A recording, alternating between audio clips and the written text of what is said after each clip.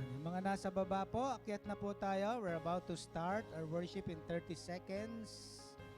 Calling all those who are still downstairs, please come up and join us as we begin our worship this morning.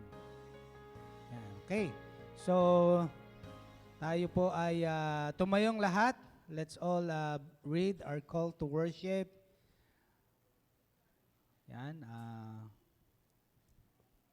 Sabi po rito sa awit 42:1 hanggang 4. Palit-palitan po tayo. Sabi po rito, kung paanong umihingal ang usa sa pagkauhaw sa tubig ng mga batis.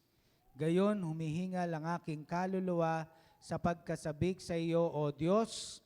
Kinauuhawa ng aking kaluluwa ang Diyos, ang buhay na Diyos. Kailan ako paririto at haharap sa Diyos. Kayo po.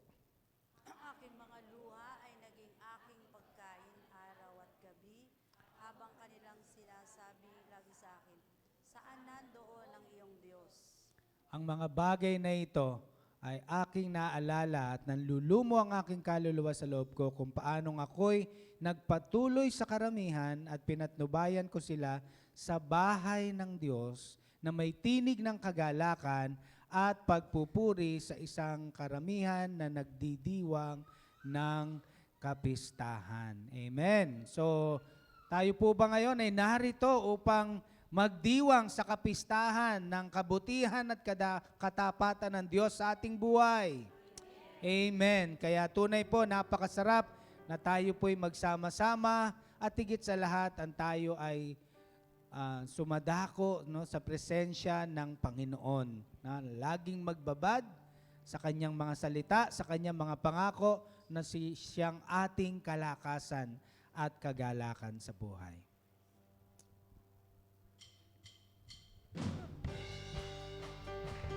Yan, pumalakpak po tayo, sabay-sabay. 1, 2, 1, 2.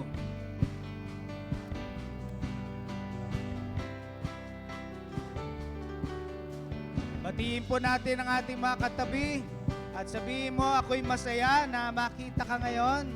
Happy to see you. Yes.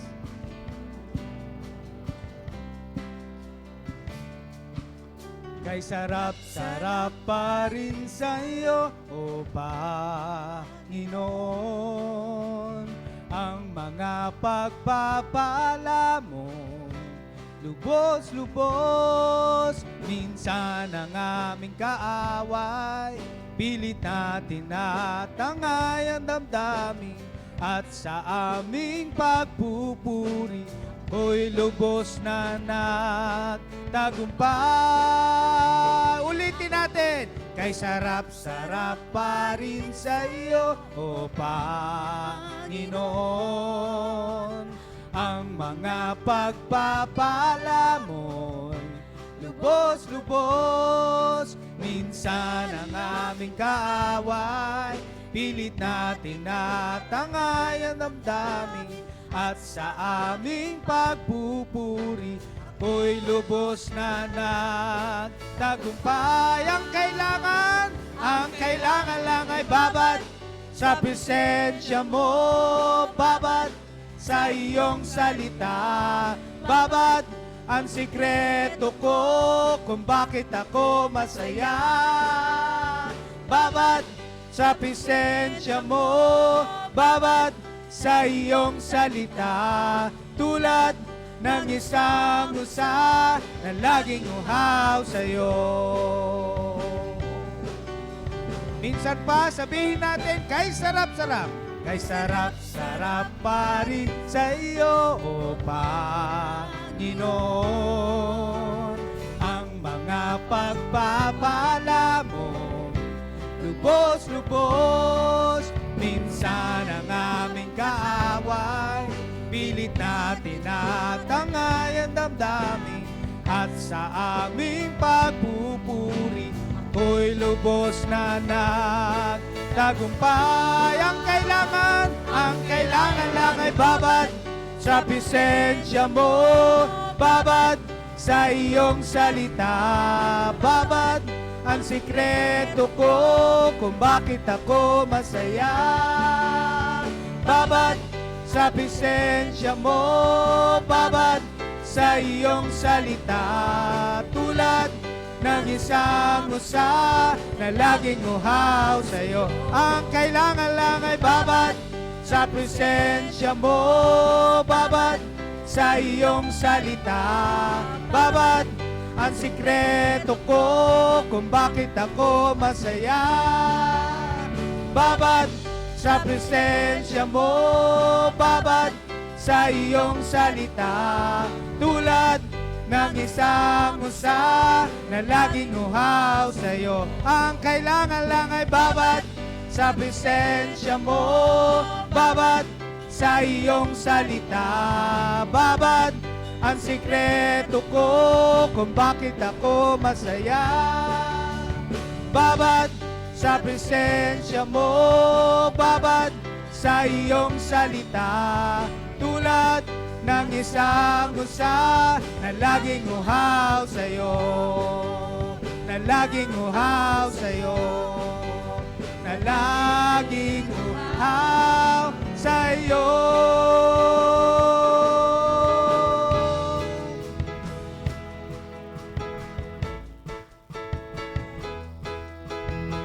Ayo, pambawat sa atin ay narito dahil nananabik tayo sa presensya ng Panginoon. Amen po ba? Amen. Buksan natin ang ating puso. Ako ay narito ngayon, naghihintay. Inasam-asam presensya mo'y muling maranasan. Ako ay narito ngayon, nananabik. Nananabik na makita, luwalhati ng iyong mukha. Minsan pa, ako ay narito ngayon, naghihintay. Inasam-asam presensya mo'y muling maranasan. Ako ay narito ngayon, nananabik. Nananabik na makita, nananabik na makita, luwalhati ng iyong mukha. Sumasayaw na nga, sa galak tumatawa, nananabik na makita, muli mong pagbisita.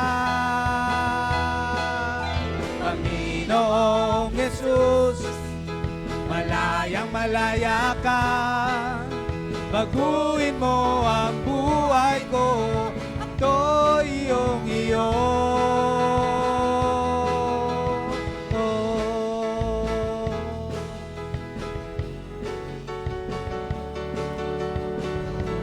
Minsan pa sabihin natin, ako ay narito ngayon, naghihintay.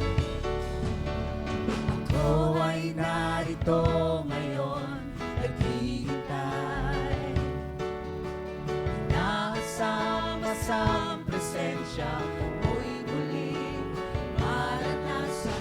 Ako ay narito ngayon, nananabik. Nananabik na makita, luwalhati ng iyong mukha.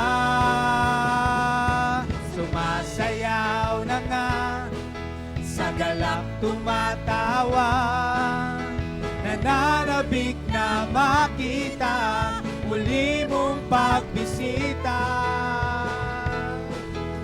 Panginoong Jesus, sabihin mo sa Kanya, malayang malaya ka, baguhin mo ang buhay ko, ito iyong iyo.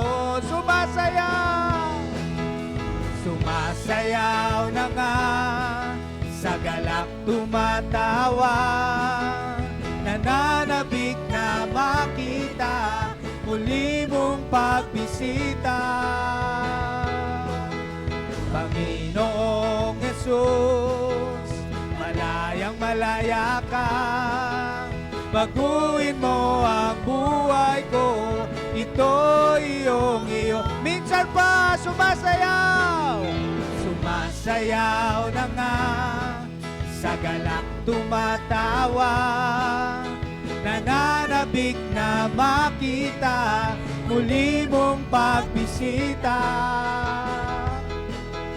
Panginoong Yesus, malayang malaya ka, baguhin mo ang buhay ko, ito iyong iyo. Baguhin mo ang buhay ko, baguhin mo ang buhay ko, baguhin mo ang buhay ko, ito iyong iyo. Oh. Siya nga po, Ama, Panginoong Yesus, banal na Espiritu, malayang malaya po kayo. Kumilos, baguhin ang aming mga buhay upang patuloy na ang aming kagalakan at kalakasan ay tanging sa iyo lamang namin masusumpungan. Ama, patuloy na maghari ka sa aming kalagitnaan. At muli, sinasabit, kinikilala namin, Lord, kung wala po kayo, wala po kami. For we live and move and have our being in you and only in you. Kaya kayo po ang tunay naming kagalakan. Kayo ang tunay naming kalakasan sapagkat kayo ang aming buhay.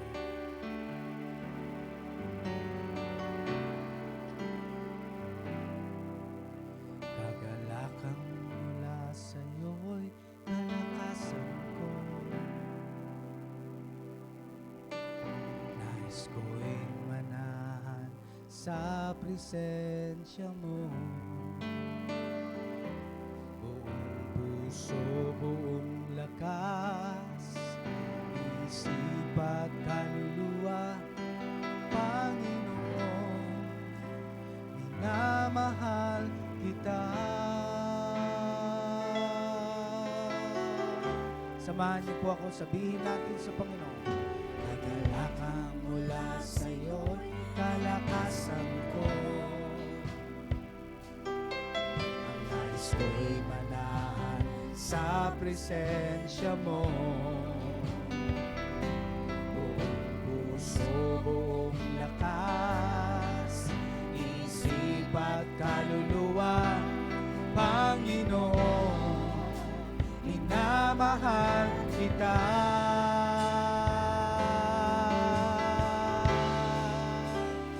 Ikaw ang aking buhay at pag-asang tunay. Sa pising mo, Panginoon, ako at hihimlang.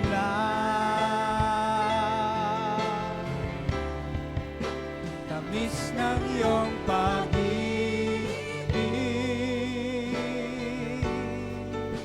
nadarama ay langit.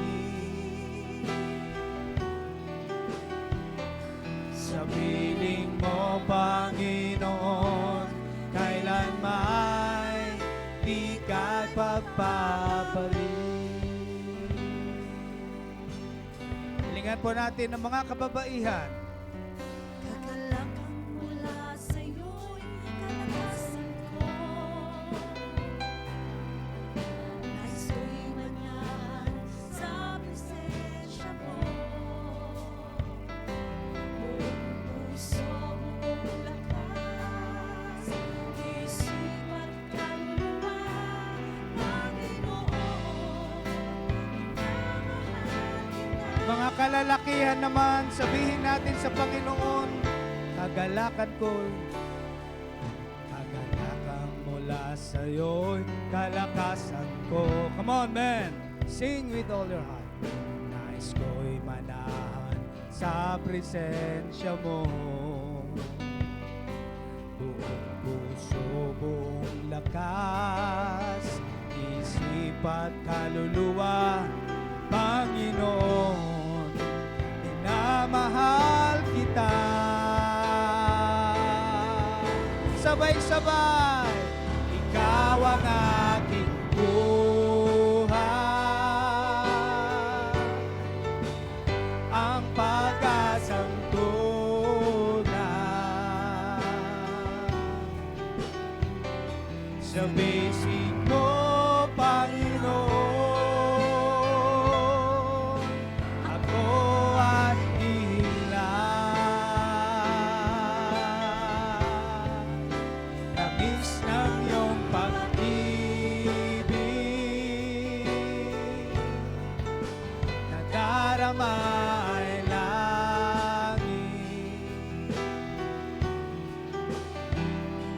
sa piling mo, Panginoon, kailanman di ka'y pagpapalit.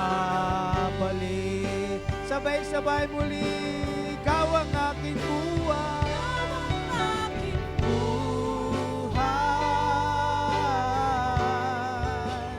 At pag-asang tunay.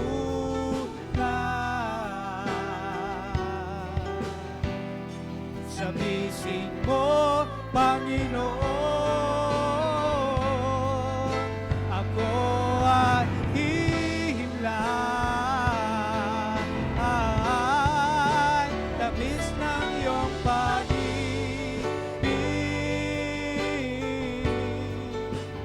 nadarama ay langit. Sa bisig mo, Panginoon, kailanman di ka pagpapalit. Sa piling mo, Panginoon, sa piling mo, Panginoon, kailanman di ka pagpapalit. Tunay sa piling mo, sa piling mo, Panginoon, kailanman di ka pagpapalit.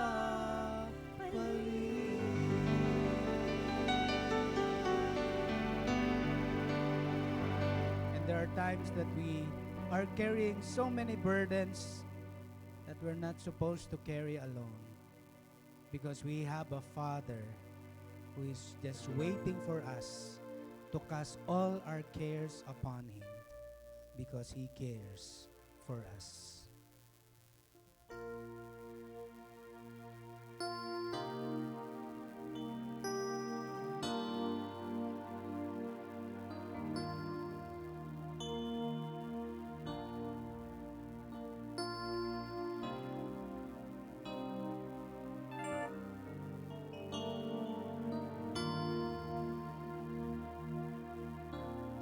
I carried a burden for too long on my own. I wasn't created to bear it alone. I hear your invitation to let it all go. Oh, I see it now. I'm laying it down, and I know that I need you.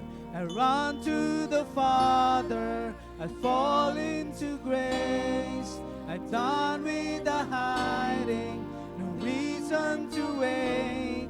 My heart needs a surgeon, my soul needs a friend, so I'll run to the Father again and again and again and again. Oh, oh, oh,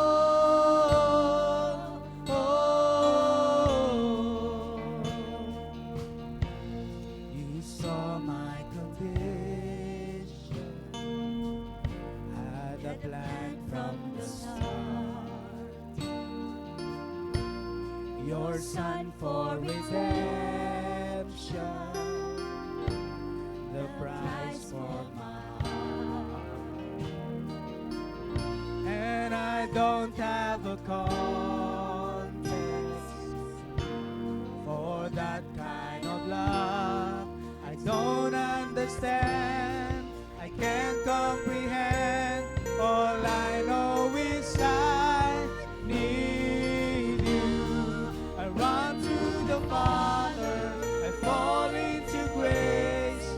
I'm done with the hiding, no reason to wait. My heart needs a surgeon, my soul needs a friend, so I'll run to the Father again and again and again and again. Oh, oh, again and again and again and again.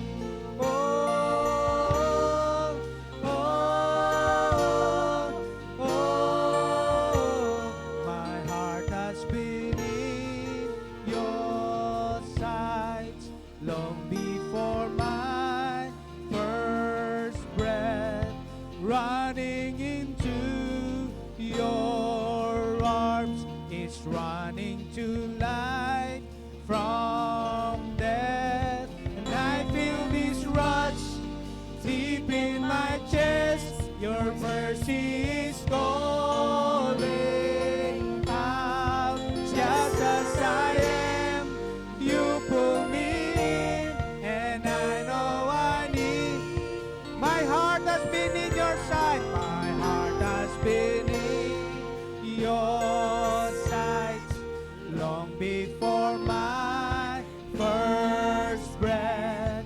Running into your arms is running to life from death. And I feel this rush deep in my chest. Your mercy is calling out. Just as I am, you pull me in, and I know I need you now. I run to the Father, fall into grace.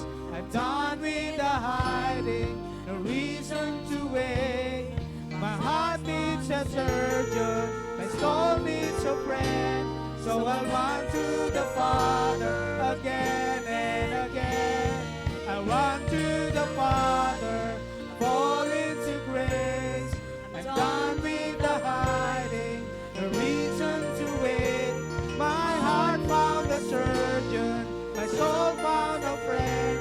So I'll run to the Father again and again and again and again.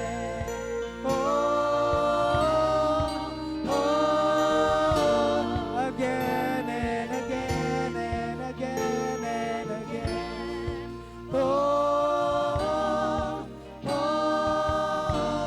Again and again and again and again. Thank you, Father. You promise you will never leave us, and we don't have to carry any burden alone because you will always have you by our side. So teach us to number our days aright that we may gain a heart of wisdom. Satisfy us every morning with your unfailing love, that we may continue to sing for joy and be glad for the rest of our days. In Jesus' name, amen.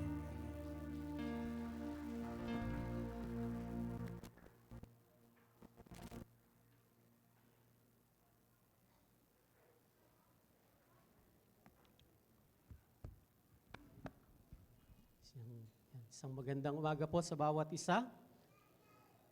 Ngayon po ay unang linggo ng buwan ng Marso. Napakabilis po ng panahon. Saglit lang lumipas po ang month of January. Ganon din kabilis lumipas ang month of February. Ngayon po ay month of March na po.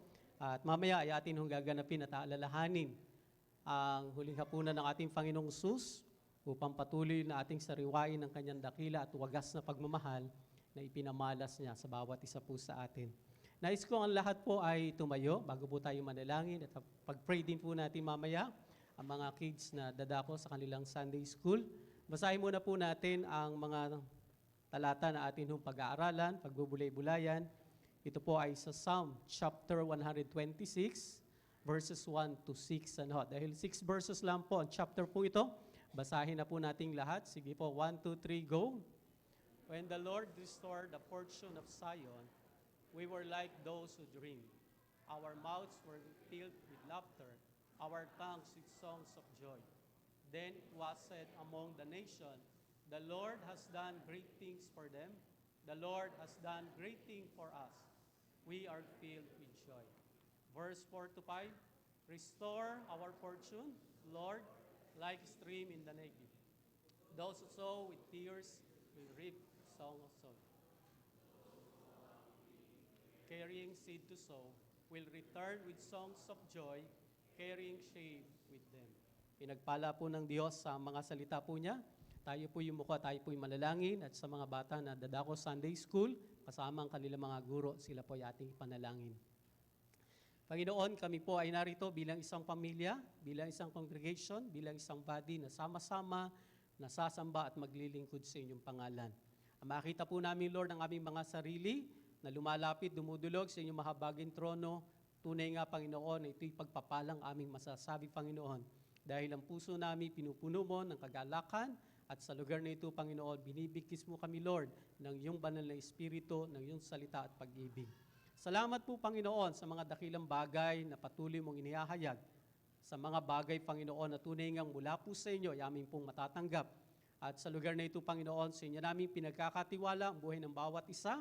Ganon din, Panginoon, ang mga magulang na kasama ang kanilang mga anak, mga apo, Panginoon, na darako, Panginoon, sa kanilang Sunday school, ang mga guro, Panginoon, na binigyan mo ng kakayanan, kahusayan, at puso, Panginoon, sa paglilingkod, sa pamamagitan na kung saan ang buhay nila at oras ay tinatalaga upang ang mga batang ito, Panginoon, ay gabayan, subaybayan at turuan ng iyong mga salita.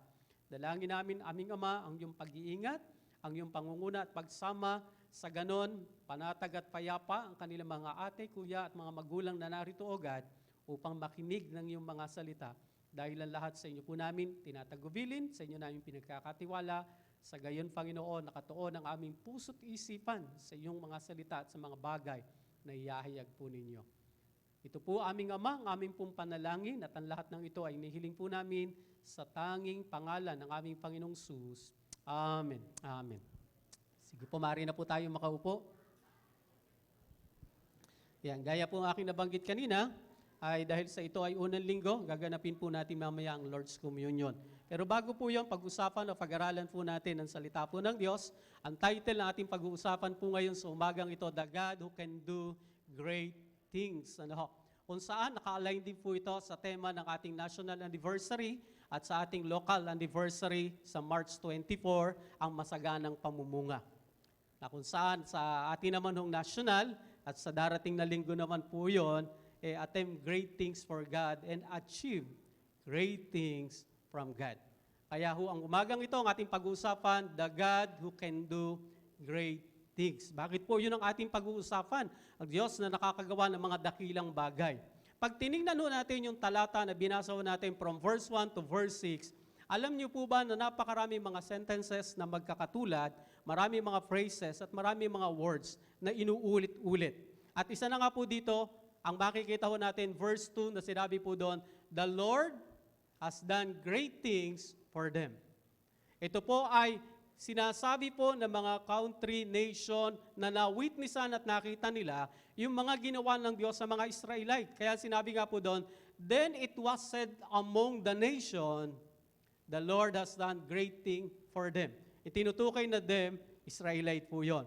Pero pansinin nyo, verse 4, ang sinasabi naman po dyan ay the same na katulad na binanggit sa verse 2, the Lord has done great things for us.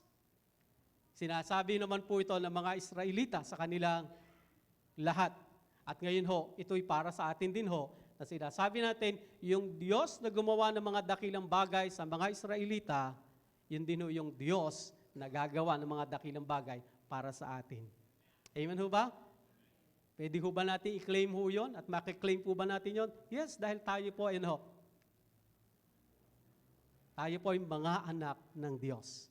Nung tayo manampalataya kay Jesus Christ. Kaya sabi ng verse 3, the Lord has done great things for us and we are filled with joy. Kaya ang ating kagalakan, hindi bagay na nagmumula sa mundo, kung hindi ho yun dahil dalakila at ang Diyos na dakili gumagawa ng mga dakilang bagay sa bawat isa po sa atin. Pag-usapan ho natin ang tatlong bagay. Ang ating pinakatema o ang ating main idea sa umaga pong ito, para hindi ho natin makalimutan, basahin po natin lahat. Sige ho, 1, 2, 3, go. The God who has done great things in the past, it is the same God that can do great things for us. Yung Diyos na gumagawa noon sa nakaraan, sa lumipas, yun din ho yung Diyos na yun na gumagawa sa bawat isa ho sa atin. The same God that can do great things for us. At kung yun po yung ating pinaniwalaan, tatlong bagay po ang ating maintindihan o tatlong bagay po ang dapat nating gawin para lubos nating maintindihan. Unang bagay ho na gusto nating tingnan, sabi nga po, Hebrews chapter 13 verse 8, Jesus Christ the same, yesterday, today, and forever. Kaya ho yung Diyos noon na gumawa ng mabuting bagay, dakilang bagay. Siya din ho yung Diyos ngayon na gagawa ng mga mabuti at dakilang bagay. Sa susunod na generation, siya din ho yung Diyos na gagawa ng mga dakilang bagay. Una, para lubos nating maintindihan, ang sabi ho ng verse 1, balikan ho natin, when the Lord restored the fortune of Zion, we were like those who dreams. Para sa kanila, yung ginawa po ng Diyos nito na muling ibinalik ang mga Israelites sa Israel, sa kanila parang isang panaginip na hindi nila ina-expect na mangyayari. Para sa kanila, pangarap lang to, natagal naming iniintay, pero nagkaroon ng katuparan. Para sa kanila, dakilang bagay po yon na alam nila nandun sila sa lupain, exile po sila, slave po sila, hindi na sila makakalis doon, hindi na sila makakatakas doon, pero isang araw, nandun na ho sila ngayon sa promised land. Muling ibinalik ng ating Panginoong Diyos. Kaya para sa kanila, sabi niya, we were like those who dream. Para itong pangarap, para lang isang panaginip, pero nagkaroon ng katuparan. At tatlong bagay ho, gaya na aking nabanggit. Number 1, looking back. Kung tayo po ay kabilang sa lahi nila, o tayo nabubuhay po ngayon, wala kang dapat gawin kung hindi magbalik tanaw sa nakaraan. Kaya nga may kasabihan tayo mga Pilipino, ang hindi lumingon sa pinanggalingan ay hindi makakaparoon sa paroroonan. Kailangan ho, tinatanaw ho natin yon. Hindi po mali na balik tanawin ang nakaraan. Huwag ka lang hong mabuhay sa nakaraan. Tama ho ba? Tapos na po yon. Pero hindi mali na tingnan upang matutunan natin ang mga aral na iniwan nito at para makilala po natin yung Diyos sa nakaraan ay isa din pala yung Diyos sa kasalukuyan at doon sa inaharap. Kaya humahalaga na tinitingnan ho natin ang nakaraan. Bakit po? Looking back to ano? To remember what God has done in the past. Para muli nating alalahanin, muli nating balikan ang mga ginawa ng Diyos sa nakaraan. At ano po ba yung ginawa po ng Diyos? Kung tayo po ay nasa panahon nila, ay, gaya na aking nabanggit kanina, ang mga Israelite ay nasa Babylon bilang slave po sila. At ibinalik po sila ng Diyos. What the Lord has done in the past is a clear evidence that God is great and powerful. Kapag atin hong tinanaw at atin hong binalikan ang mga dakilang bagay na ginawa po ng Diyos sa nakaraan, ay mababatid ninyo na yung Diyos natin ay dakila at makapangyarihan. He is great and powerful. Dahil kung hindi ho siya great at hindi ho siya powerful, hindi siya makakagawa ng mga dakilang bagay. Pero sapat na pong patunay at pruweba ang ginawa ng Diyos sa Israel para masabi po natin, He is great and powerful. Tingnan ho natin ang kasaysayan, tingnan ho natin ang history. Wait lang po, nagkaroon ng delay. Yan. Tingnan ho natin yung chronological event sa mga Israelita. Ang una na makikita ho natin, yan, yung year, saka po yung event. Alam niyo po ba na makikita po natin na so, noong 597 BC, Israel was captured by Babylon. Noong taon po na yon, noong 597 BC, ang mga Israelita mula sa Jerusalem ay nasakop po ng mga Babylonia at sila ay dinala sa Babylon bilang exile, bilang slave ng panahon po na yon.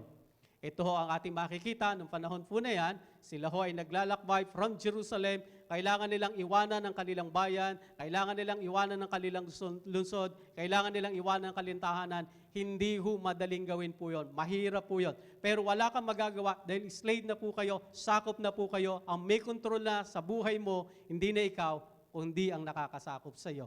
Iyon ay mga mga taga-Babylonia. Ay, yan.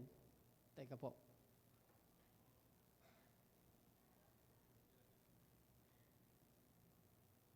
Nagkaroon ng delay. Sige po. Yeah. Verse 29. At chapter 29, verse 10, ang sabi po doon, this is what the Lord says, when 70 years completed for Babylon, I will come to you and fulfill my good promise to bring you back to this place. Malinaw po yun. Kaya nga ho, pag binasa po natin ang Jeremiah 29 verse 11, memory verse ng marami po yan, nasabi po doon, for I know the plan. Pero alam niyo po ba, nung sinabi po ng Diyos yun, na ako nakakalaan ng mga mabuting bagay o plano para sa inyo, sinabi niya na po yung verse 10, na malinaw po sinasabi po ng Diyos doon, 70 years are completed for Babylon. Ibig sabihin, pag nangyari na yung ika-70 taon, ibabalik ko kayo sa lupang pinanggalingan. Kaya ang sabi po doon, to bring you back to this place. Alam niyo ho, kung kayo ho ay kabilang sa mga Israelita noong time ho na yon, ay parang suntok sa buwan ho yun. Andun ho kayo sa isang malayong lupain. Andun ho kayo sa Babylonia. Parang napaka-imposible na makalaya. Parang napaka-imposible na makabalik kayo sa iyong lupang sinilangan. Pero nangyari po yon ayon sa kalooban ng ating Panginoong Diyos. Yun ho kasi ay pangako ng Diyos. When 70 years, babalik po sila. Patuloy po natin, at kailan po ito nangyari ho? Noong 539 BC. Makikita ho natin, pag sinabing BC, pababa. Pag sinabi ho natin, AD, pataas po yun. Kaya ho ngayon, year 2024, next year po, year 2025. Pero kung tayo nasa Old Testament, sa Lumang Tipan, pababa po yun. 597 BC, pero pagdating nung 539 BC, ibig sabihin 58 years ng paghahari ho ng Babylonia, bumaksak na po sila sa ano ho? Sa Persia. Kaya sabi po doon, Persian conquered Babylon noong 539. 1 year pa lang ho ang nakakalipas ng bumaksak ho ang Babylonia. Si Cyrus ay nagbigay ho agad ng decree noong 538 BC. Ano ang sabi po doon? Allows Jews to return to Jerusalem. Sipin nyo, 1 taon pa lang na nasakop ang Babylonia, 1 taon pa lang bumaksak ang Babylon, agad si Cyrus ay nag-utos na ho, gumawa na isang decree, ang lahat ng mga Hudyo ay ina-allowed, pinapayagan na makabalik sa Jerusalem. Ang isang bagay na parang suntok sa buwan, ang isang bagay na parang isang imposible, yung sinasabi nila na parang pangarap na lamang, parang panaginip na lamang, na parang hindi namin alam kung magigising pa kami upang matupad ang mga pangarap na ito, pero isang araw ho ay nangyari't naganap. Ano ho, moral lesson ho nito sa bawat isa sa atin. May mga bagay sa buhay natin, tingin natin imposible sa atin, para maabot natin, para mangyari sa atin. Sa atin ho, imposible po yun. Pero sa Diyos na siya nakakagawa ng dakilang bagay, posible po yun. Kung alam mo, nakalooban ng Diyos po yun, wag ho tayong susuko. Wag ho tayong give up. Dahil alam ho natin, para sa kanyang kapurihan at sa kanyang kalwalatian. Kaya nga pagdating ng 520 BC hanggang 515 BC, returned by many Jews to Yehud under Zerubbabel and Joshua the high priest, na ang purpose, foundation of second temple laid. Para ho muling itayo yung second temple na tinatawag na Zerubbabel Temple. At nakita ho natin po yan sa kanilang muling pagbabalik, ang reason at ang dahilan at ang purpose ng Diyos ay para itayong muli ang templo. Amen ho ba? At makikita ho natin, hindi lang ho, God is great and powerful. Ang pangalawa, when the Lord has done in the past, is a clear evidence. God is good and faithful. Amen ho ba? Ang Diyos po ay mabuti, ang Diyos po ay tapat dahil sa kanyang mga salita at mga pangako. Ang sabi ho ng Isaiah, kanina, Prophet Jeremiah, ngayon naman po tingnan natin si Prophet Isaiah. Ang sabi po doon, chapter 45 verse 13, I will raise up Cyrus in my righteousness, I will make all his way straight. He will rebuild my city and set my exile free, but not for a price or reward, says the Lord Almighty.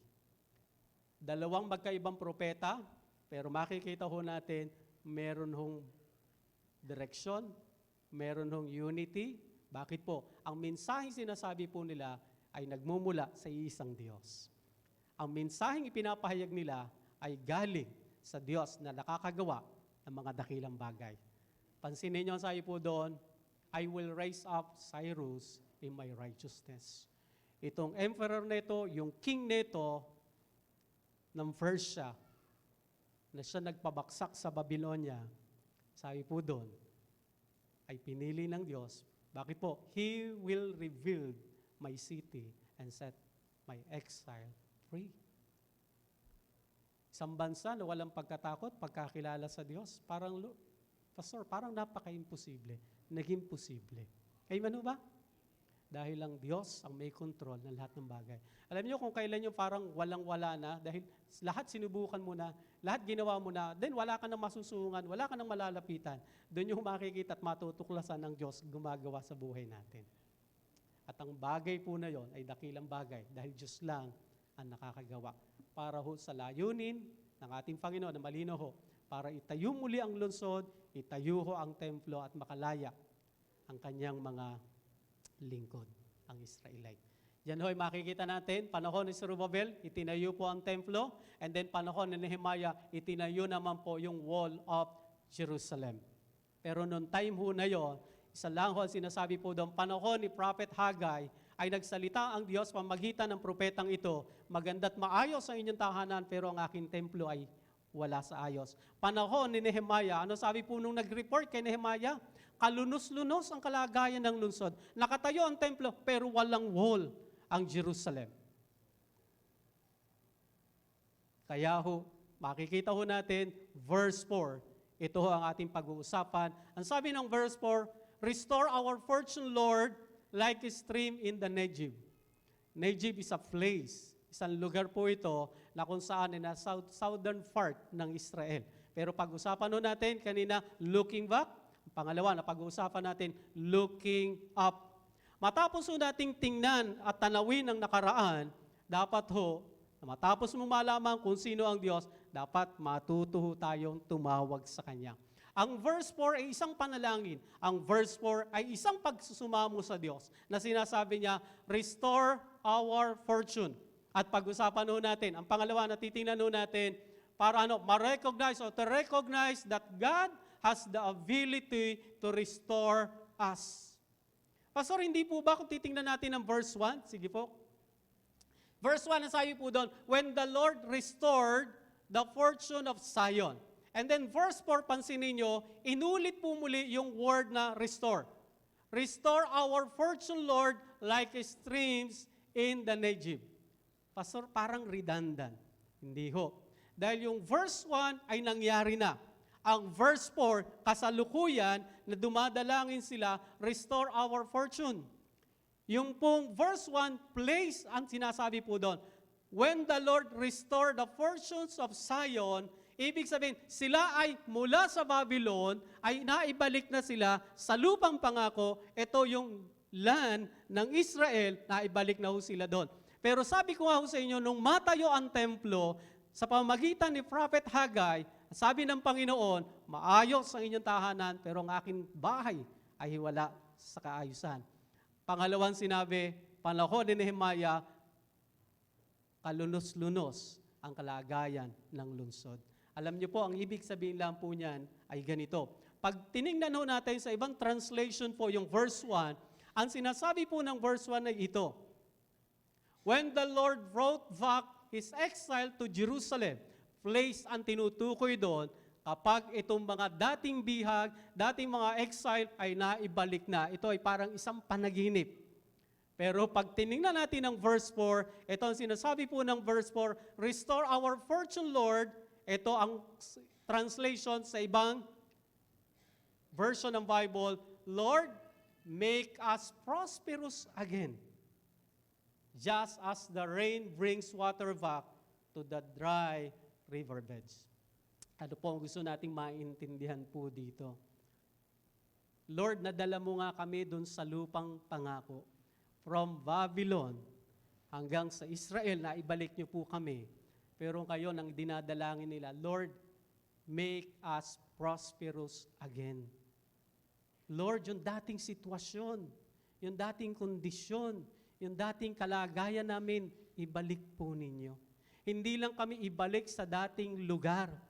Kung hindi, Lord, i-bless nyo po kami. Dahil nga ho, ang kalagayan ng templo ay hindi pa ganap na yari. At ang lungsod ay wala pang wall, ang city ng Jerusalem, ang report, kalunos-lunos. Totoong nandito na kami't naninirahan, pero wala yung blessing. Totoong naninirahan kami, pero wala ang yung patuloy na pangunguna pagkilos sa buhay namin. Dalawang bagay po ang gusto nating maging application po dyan.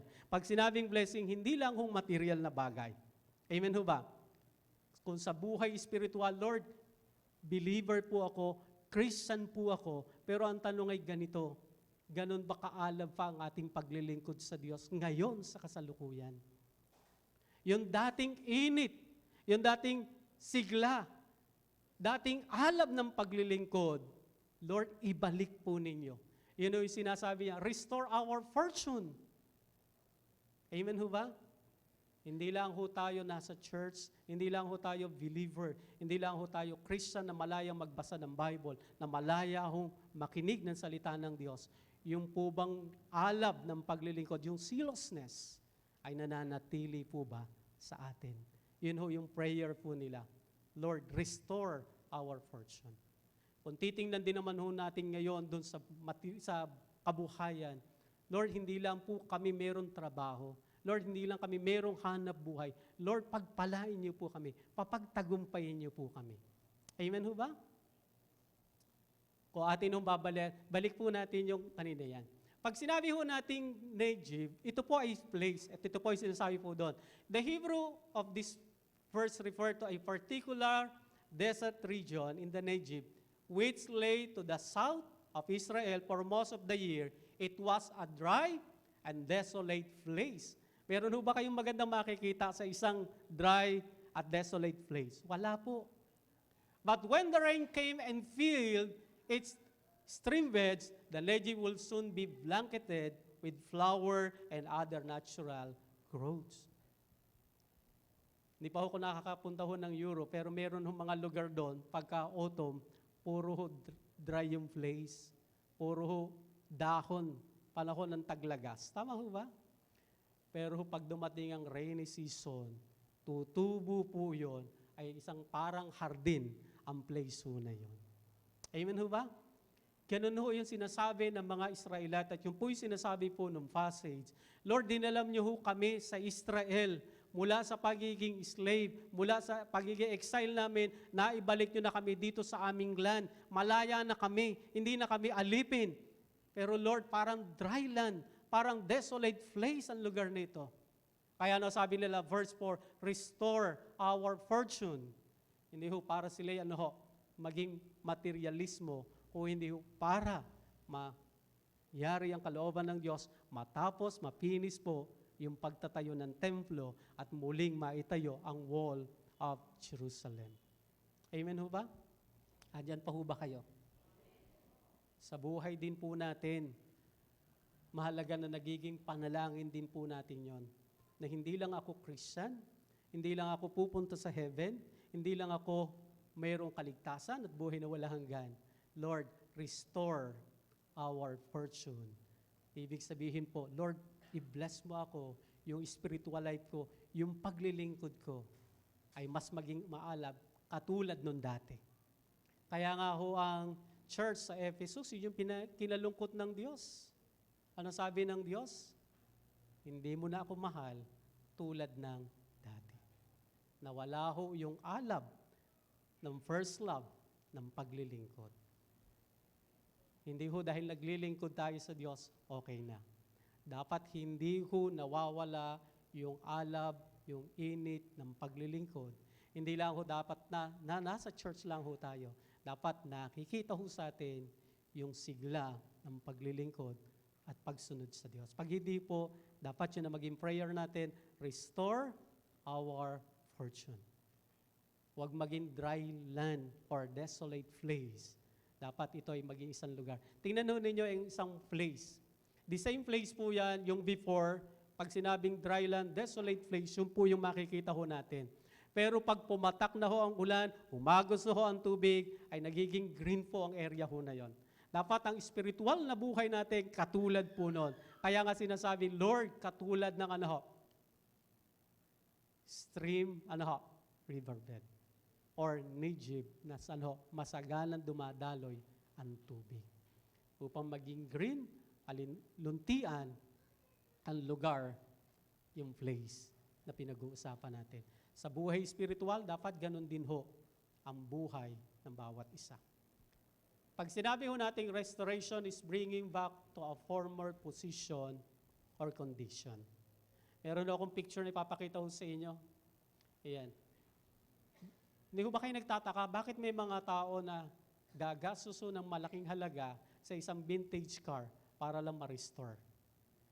Ano ho gusto kong makita natin doon? Lalong hindi ka pangihinayangan ng Diyos para restore ang buhay natin. Amen ho ba?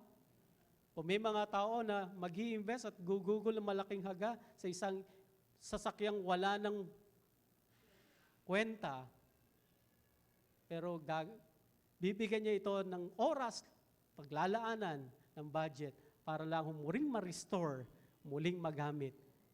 Tayo pa po kaya? So, pag tinignan naman ho natin, hindi ho ba? Napakaganda na ho pag na-restore na po.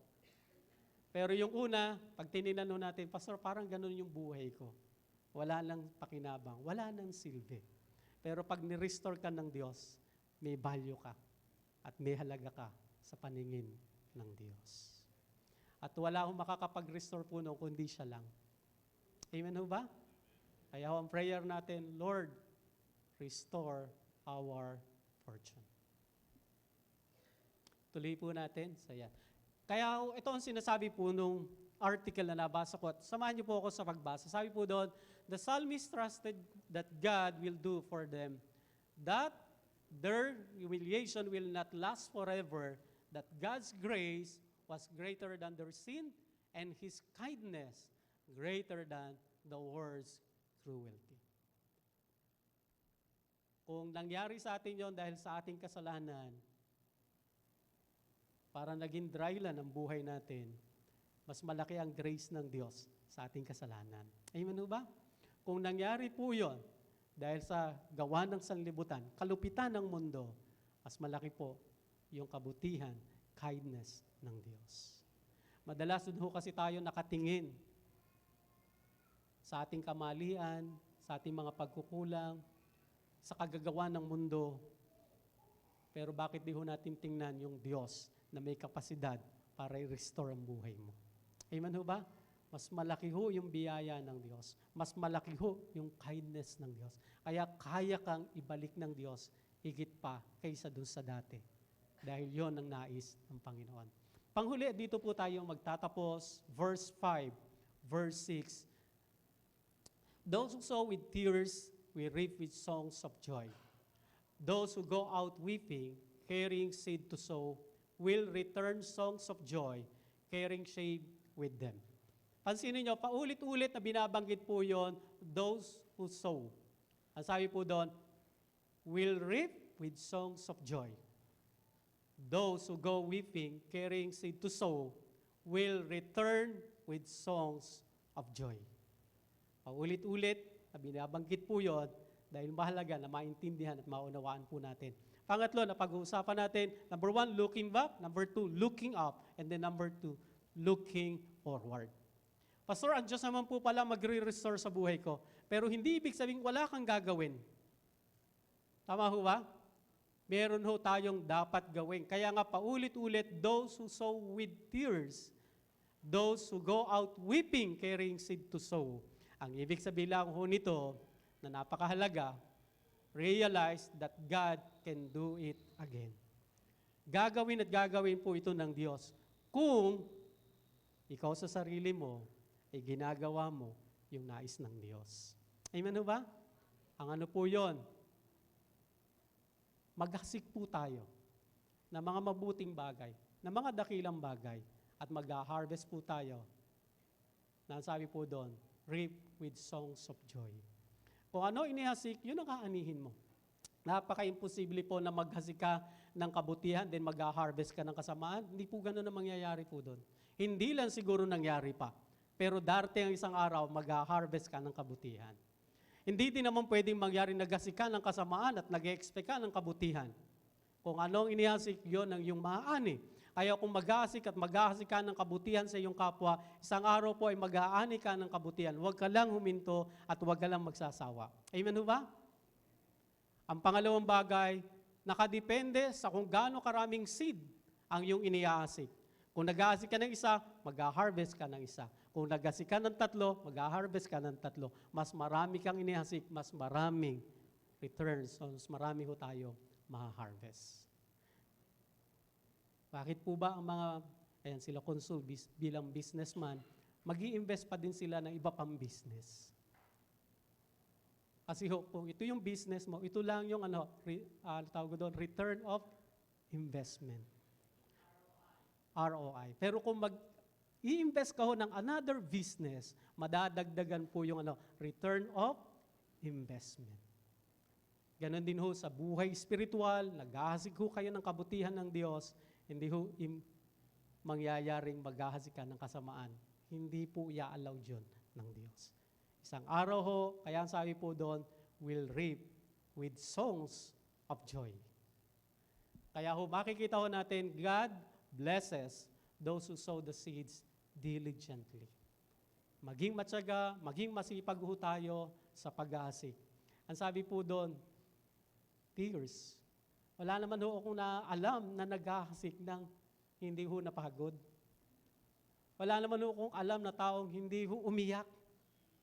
Tama ho ba? Dahil hindi naman ho talaga madaling gawin ho yun. Kung ikaw po isang business, tatayo ka ho na isang business, may konting ka ba? Tama ho ba? Ganon din ho sa anumang bagay na ginagawa ho natin. Pero hindi ho tayo doon nakatingin. Doon ho tayo nakatingin sa mga harvest. Dahil pag hindi ho yun ang focus mo, dito ang focus mo, hindi ho tayo magpapatuloy. Pero kung ang focus ho natin yung isang bagay ay mag-harvest po tayo at mangyayari po yun. Bakit po? Pagpapalain tayo ng Diyos. God blesses those who sow the seeds diligently. Paano ho tayo i-bless ng Diyos para isang araw mag-harvest ho tayo kung wala kong itinanim? Alin ho ang pagpapalain ng Diyos? Yung itinanim mo. Amen ho ba? Kaya nga sabi ng 2 Corinthians chapter 9 verse 6, remember this, whoever sows sparingly will also reap sparingly. And whoever sows generously will also reap generously.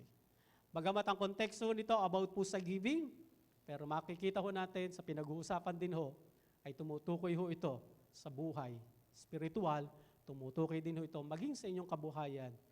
Kung gaano karami ang ating ginagawa para sa Diyos, ganoon din karami ang ating mga harvest. Tuloy po natin, if you do the work, you will reap the harvest. Kung ginagawa ho natin yung part ho natin, sabi ko ako sa inyo kanina, ibe-bless po tayo ng Diyos. At yun ang gagawin ng Diyos. Kaya nga sabi po ng 1 Corinthians 3, verse 6 to 7, I planted the seed, Apollos watered it, but God has been making it. So neither the one who plants nor the one who waters anything, but only God who makes things grow. Hindi po ang nagtanim, hindi po ang nagdidilig, ang tunay na may kakayahang kung paano patutubuin, kung paano palalaguin, kung hindi ang Diyos ang tunay na mahalaga. Ang inaasahan ng Diyos sa atin, ginagawa po natin yung task natin, ginagawa po natin yung obligation natin, bahala po si Lord kung paano patutubuin, palalaguin, pagbubungahin ang isang bagay na ginawa at pinagpagalan ho natin. Dahil hindi po mangyayari na hindi po ito i-bless ng Panginoon. At panghuli, dito na tayo mag-end, only God can make seeds grow. Diyos lang ho talaga ang makakagawa. Hindi po ang sino man ho sa atin, kung hindi ang Diyos lamang. Kung kayo po ay napunta ho sa amin sa Bulacan, sa Pandi, meron nung puno ho kami ng mangga, kaya lang pinutol na po yun. 2 tao para mayakap nyo po yung puno ng mangga. So, ganun kalaki ho yun. Ibig sabihin, hindi ho ako nagtanim noon, hindi din po ang mother ko ang nagtanim po noon, grandfather ko. Siya ho ang nagpagal, siya ang nag-alaga, kami ho ang nag-harvest. Amen ho ba? Yung ginagawa niyo po ngayon para sa Diyos, hindi man ho tayo abutan para ito po ay ma-harvest natin, hindi ho pwedeng hindi ho mararanasan ang pagpapala ng next generation. Amen ho ba? Mararanasan at mararanasan po yun. Kaya kung tayo po ngayon ay nag-i-invest, kung tayo ay nagpa-plant po ngayon, kung tayo nag-aasik ng seed ng kabutihan ng Diyos, yung next generation, ang inihahanda po natin para silang mag-ani at mag-harvest pagdating ng tamang panahon. Kaya only God can make seeds grow. Tayo po lahat ay tumayo, at tayo po ay manalangin. Wag po tayong magsawa at wag po tayong ihinto. Bagkos magpatuloy po tayo.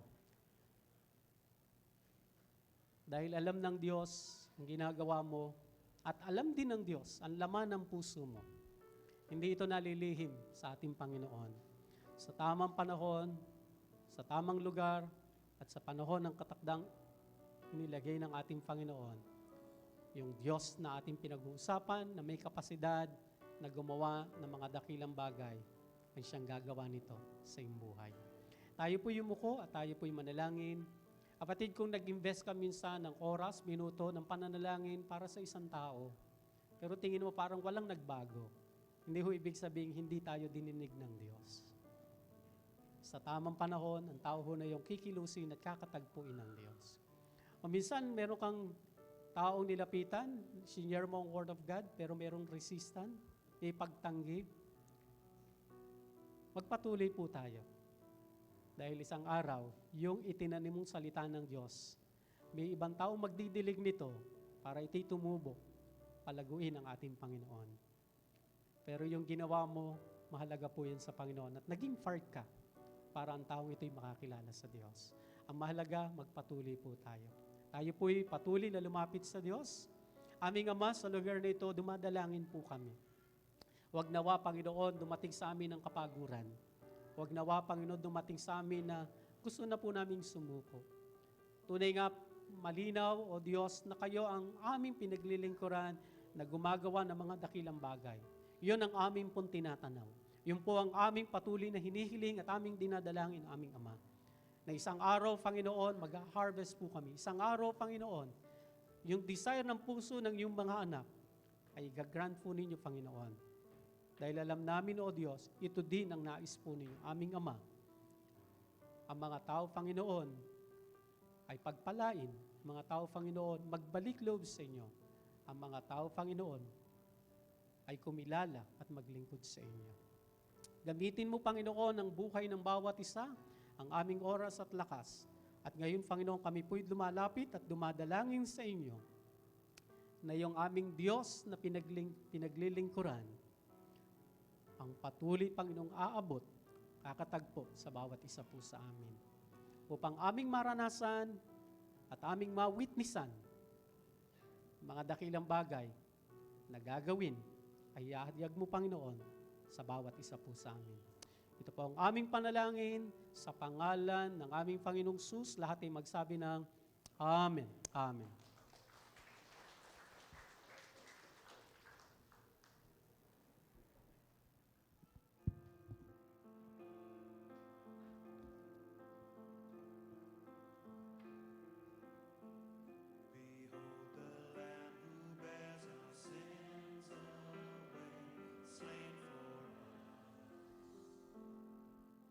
Kaya po ng aking nabanggit kanina, so ating pong gaganapin ang huling hapunan ng Lord's Communion.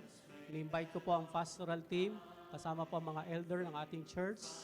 At sa oras po ito, ay atin pong ipamamahagi matapos po na iti ating maitalaga. Ngunit bago po natin gawin po ito, kami po dito sa harapan ay lalapit sa Diyos, nadalangin, at inanyahan din po namin kayong lumapit sa Diyos. Personal tayo makipag-usap bilang paghahanda. Bago po natin tanggapin at alalahanin ng ginawa, pagdurusa, pagpapakasakit upang patuloy na tayo abutin ng ating Panginoong Diyos. Sige po, muli po ay invite po natin ang isa sa pastoral team, ang Pastor David. Sige po, tayo po'y manalangin. Ama, napakadakila ng iyong pag-ibig sa amin. Nung kami mga makasalanan pa, inyong ibinigay ang inyong bugtong na anak. Namatay sa krus, sinilibing at nabuhay na magmuli, upang tiyakin na kami, bagamat maaring dumaan sa kamatayan, ay mabubuhay na muli. at may bagong buhay na naghihintay. Gaya rin po ng sinabi mo sa iyong mga salita. Kayo ang Diyos na dakila, gumagawa ng mga dakila at kagilagilalas na mga bagay.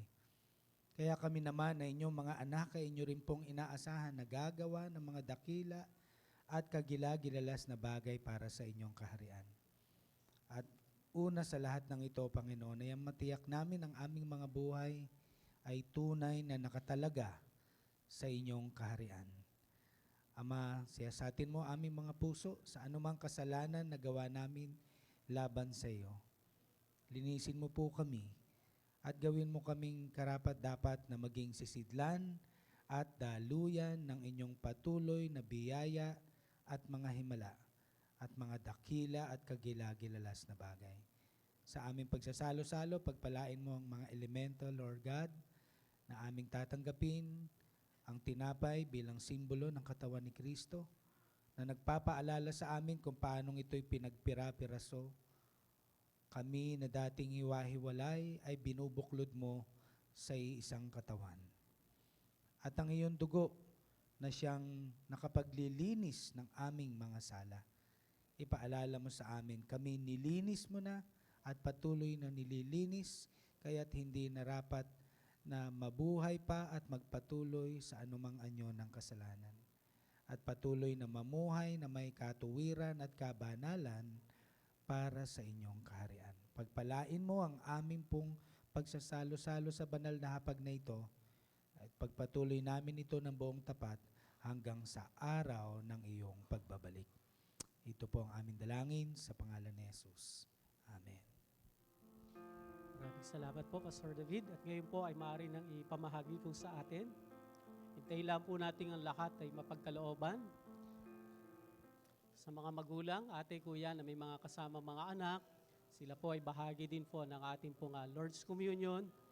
Manatili lang po sila sa inyong tabi para mapanatili ang kayusan ng ating pong bahaging ginagawang pag-ala-ala sa ginawa ng ating Panginoong Sus.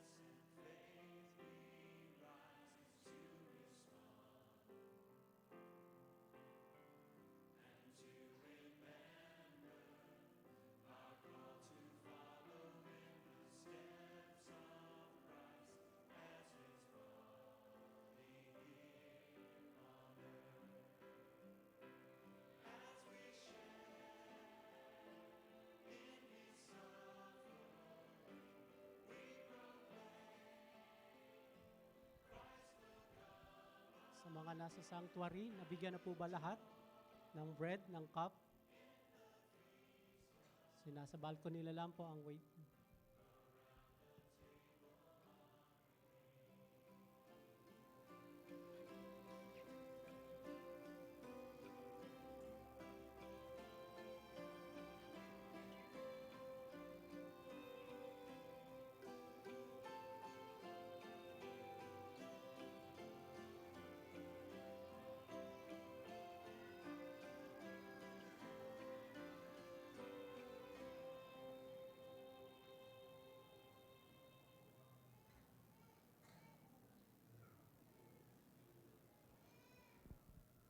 Sa lobby po, sige po, wait po, dadalan po ng cup.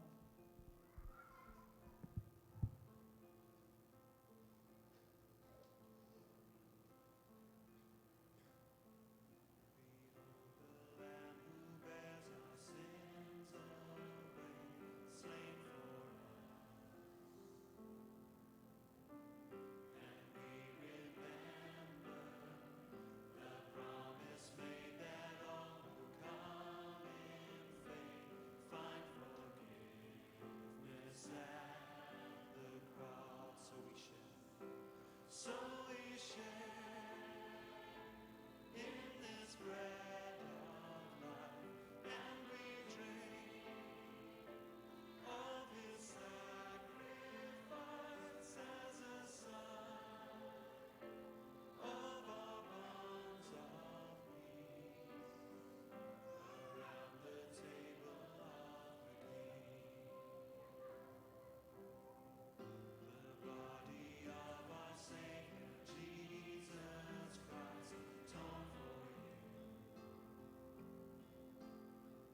Eat and remember the wounds that heal, the death that brings us life, paid the price to make us one. So we share in this bread of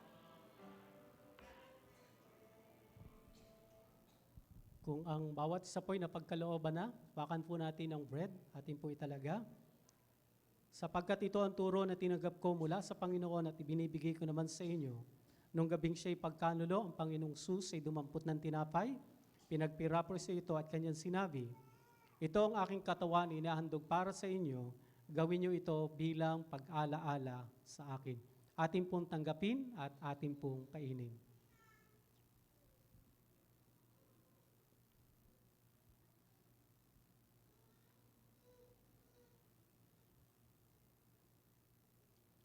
Hawakan po natin ang saro o ang kopa.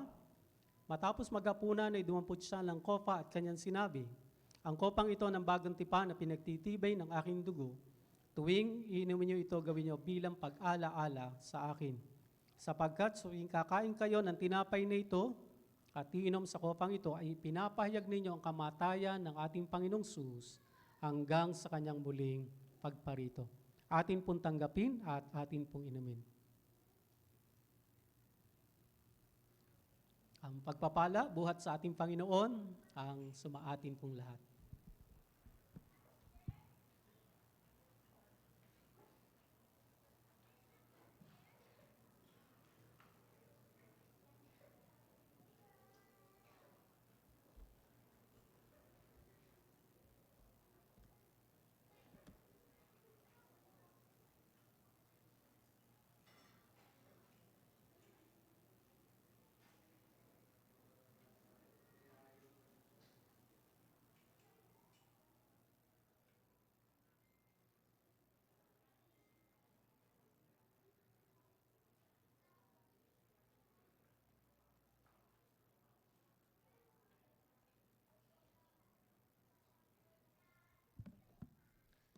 Let us pray.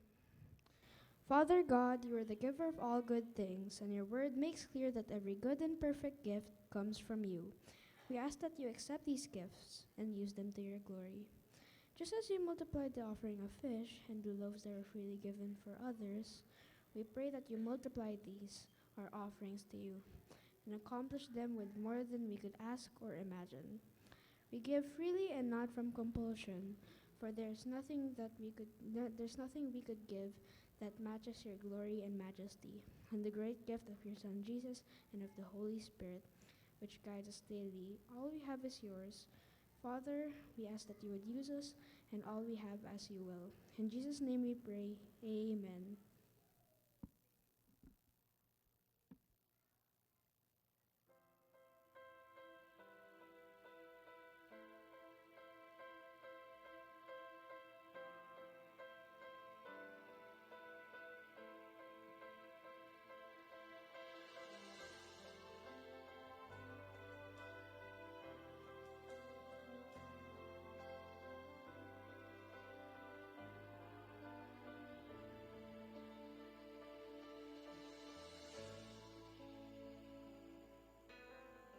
Look into the mountains and see the majesty of the one who created everything. He holds the sky in its place, gives light to the world, new mercies every day. Who am I that you are mindful of me? Who am I that you have set me free? You are majestic, you are magnificent, you are worthy and awesome and glorious. You are all powerful, you are the great I am, and the world will speak of the wonder to your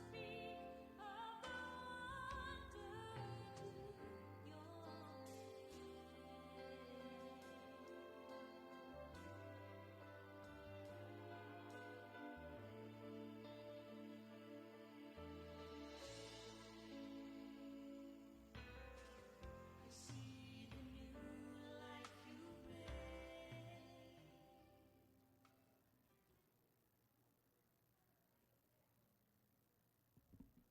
Good morning po sa bawat isa.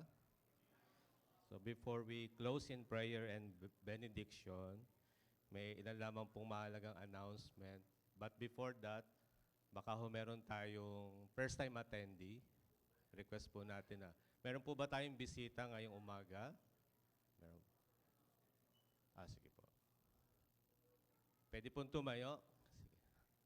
Meron po tayong mga bisita. Yan po. Yan, palakpakan po natin ang Panginoon. Thank you for coming. Welcome kayo sa IRM Marikina. Yan, salamat mga kapatid. Meron pa po ba? So sa ating pong ilang mahalagang announcement, we continue to encourage everyone na patuloy nating suportahan yung ating Our Family Altar.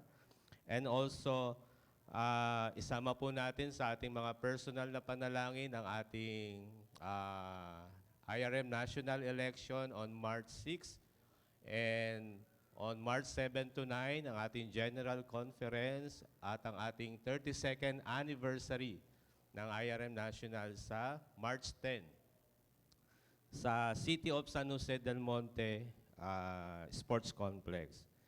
And also, this coming Sunday, ito po, importante po, this coming Sunday, ang ating pong EM service ay regular po yung oras nila, 7 a.m. Pero joint worship service po ang AM at saka po RF, alas 9 po ng umaga. Wala pong nagbago sa oras, 9 pa rin ho, pero join po ang AM at RF. Sa Sunday na po yon. And let us also prepare ourselves, get excited, and expect great things from God sa ating 115th anniversary sa March 24, 2024. Yan. Sige po, palakpakan po natin ang ating Panginoon. Ang Vice Mac, meron pong announcement. Pasensya na po, Pastor. Ngayon pong umaga, kasama ko po ang ating chairman. Mayroon po tayong nais na ipahatid at ipaalam. Baka hindi po nila alam lahat yung something that is happening. Tama po, at nais po namin na makasama kayo sa ating mahalagang announcement Opo, na to. tignan po natin ang ating, ayan ho, paki-zoom. Paki-zoom. Ayan, ano ba yan? Paki-zoom nga, pwede ba yan Post ma-zoom? yata yan. Sabing ganon, ang mga lalaki talaga, kung kailan nagkakaedad na, Mas lalong gumagwapo. gumagwapo. Sino ba nagsabi niyan? Parang ano sino ba yan? Sino ba nagsabi niyan? Art DC, SA. Ayan, meron pa. Meron pa ba? May kasunod pa yan. Ayan, oh. Ayan, paki-zoom in ulit. Paki-zoom nga po yung kanyang post. Hindi naman sa pagmamayabang, pero tapos na akong maglaba at mag-dryer. Sino nag-share nito? Ay, tignan natin. Ay, ba, Si share rin, no? Pastor. Sabi niya, ako naka-isang dryer. Ako isang dryer pa. Nakababad pa kasi sa Fabcon. Tapos na rin. Aba, ibang klase. Napakasipag, ano? Meron pangatlo. May isa pa yan Ayan. Tatlo yan Ayan. Ayun! Ay, parang family altar yan. Ayan. So ano bang ibig sabihin? Tatlong litrato po yan na mga nakita natin sa Facebook wall ng ating pastor. Oo, may- Art. Yung pong nag-a-announce kanina, Siya po yun siya po no? yun. Si Pastor Art, baka hindi nyo hindi, kilala. hindi lang po siya pastor, siya po ay isang pogi. Attractive, letter A. Attractive. Ah, Yun yung una sabi niya habang nagkakaedad raw. Lalong gumagwapo. Oo. Yung R, ano yung R? Tignan natin. Sa post niya Yung kasi, post niya yung naglalaba eh. ay responsible. Responsible siya. Oo, Okay. masipag, ano. Akala ko sa letter T yun. Takusa. Pwede rin yun, ano? Oo. At yung huli, yung letter T. Isa Ayun, siyang letter T, isa siyang true leader. Oo. True leader ng pamilya na ang kanyang pamilya Ay ginagabayan, ano? Paragi. By the way, naaalala niyo po ba yung sermon ng ating Pastor Joey ngayon? Anong araw po natin binasa yan? Ha? Makakasagot nun yung nagfa-family altar. Ayan. Anong, yung chapter na yan, ano? yung Chapter na? 126. Anong araw ho yun sa our family altar? Kagabi. Last night. Kagabi ba yon? Last night ba? So, Psalm May tumatawa doon 126. sa bandang likod. Oo, ibig sabihin Tama. hindi lahat Oo. nagpa-participate sa our family Kaya kita mo, altar. ang ginawa ni Pastor Art, Ginamit niyang at napakagandang halimbawa, ginamit po ni Pastor actually Art. ni Pastor Joey. Oo nga. Oo. Pero Pastor Art, tinatawagan po namin kayo dito. Palakpakan po Ngayon po ay natin. kaarawan. Birthday ni Pastor Art. Dito ho kayo. Ngayon ay kaarawan ng Happy ating birthday, Pastor Pastor Art, Art. a very loving, handsome, Ayan, responsible, not labandero, true leader. At ang Pastor kanya Art. pong pamilya ay dala-dala ang ating surprise Ayan, na cake. palakpakan po natin. Ayan po ang kanya may bahay. Star City, ang kanilang Dito po mga kayo sa anak. gitna, kayo po ang haawitan natin siya, Brother Ferdy. Tayo po'y tumayo at aawitan natin ang ating Pastor Art. Happy birthday to you. Happy birthday to you. Happy birthday, happy birthday, happy birthday to you. Pastor Art. Yun. Ayun. Happy birthday, Pastor Pastor Art, happy birthday. God bless po. No, God At bless po sa inyo. pwede nyo na po kaming bendisyonan. Salamat po, Chairman and Vice Mac. Marami pong salamat sa inyong pagbati. Sige po, tayo po'y manalangin. Aming Diyos na gumagawa sa amin ng mga dakilang bagay at patuloy na gagawa sa amin ng mga dakilang bagay. Maraming salamat po. As we attempt great things for you, we can expect great things from you, Lord God. Father God, i-bless mo po ang iyong mga salita na aming napakinggan ngayong umaga sa aming mga buhay. Naniniwala po kami, by the grace of our Lord Jesus Christ, ay patuloy po kaming makakapamunga sa buhay na ito at makagagawa ng mga dakilang bagay sa ikararangal at ikaluluwalhati ng iyong dakilang pangalan.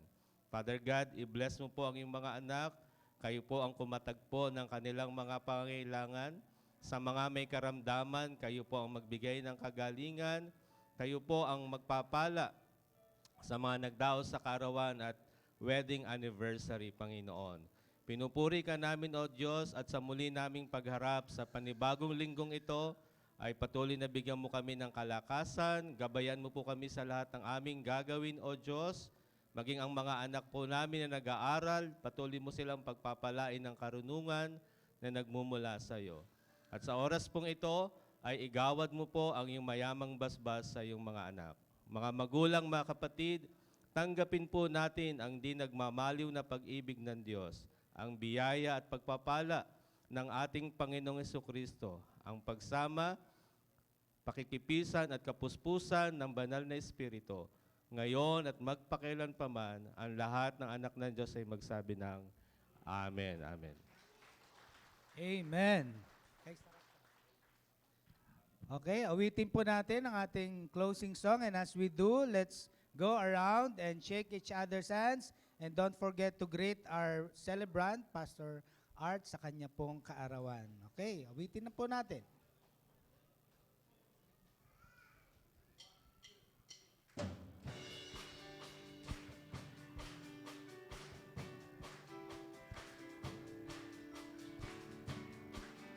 Sige po, umikot po tayo at magkamayan. Bago po tayo bumaba, make sure meron po kayong nakamay. Sarap-sarap pa rin sa iyo, O Panginoon, ang mga pagpapala mo. Lubos-lubos, minsan ang aking kaaway. Pilit natin natangay ang damdamin. At sa aming pagpupuri, ko'y lubos na nagtagumpay. Ang kailangan lang ay babat sa presensya mo, babat sa iyong salita, babat ang sikreto ko kung bakit ako masaya. Babat sa presensya mo, babat sa iyong salita, tulad ng isang usa na laging uhaw sa iyo. Good morning po. See you next Sunday. God bless everyone. Happy birthday, Pastor